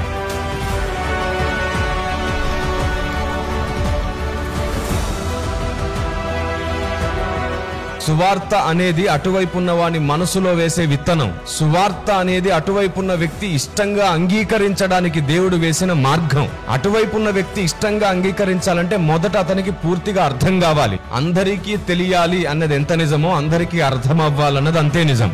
ఈ రోజు సువార్తను అర్థమయ్యేటట్లు చెప్పడంలో వారి సాంప్రదాయాల్ని గౌరవించకుండా, వారి ఉద్దేశాల్ని గౌరవించకుండా, వారు ఏం నమ్ముతున్నారో అర్థం చేసుకోకుండా, మనం చెప్పేది వారెట్లా గౌరవించి అర్థం చేసుకుంటారు? ఆలోచించారా ఎప్పుడైనా? ఒకరినొకరు ప్రేమించి, గౌరవించి, ఒకరి సాంప్రదాయాలు, ఒకరి విశ్వాసాలను ఒకరు అర్థం చేసుకోవాలి. పౌలు భక్తుడు ఏథెన్స్ పట్టణానికి వెళ్లి, మీరు చేసేదంత తప్పు, ఇన్ని బలిపీఠాలు పెట్టారు గాని అంతా నరకానికి మీరు వెళ్తారు అన్నాడా? ఏసే దేవుడు అని నువ్వు బల్ల గుద్దడం కాదు. ఏసు ఎందుకు దేవుడో ఎదుటి వ్యక్తికి అర్థమయ్యేటట్లు చెప్పాలి. అదే సువార్త. నువ్వు నువ్వు అర్థమయ్యేటట్టు నీ దీక్ష, నీ నిష్టను ప్రకటించు. నిన్ను తల మీద పెట్టుకుని ప్రేమిస్తుంది నా దేశం. ఇలాంటి దేశంలో పుట్టినందుకు నేను సంతోషిస్తున్నానని దేవుని కృతజ్ఞతలు చెప్పాను. మేరా భారత్ మహాన్. ఇప్పుడు ఎప్పుడు ఎల్లప్పుడు ఏది సత్యమో అదే గెలవాలి. సర్వ సత్యమేవ జయతే. ఆమేన్.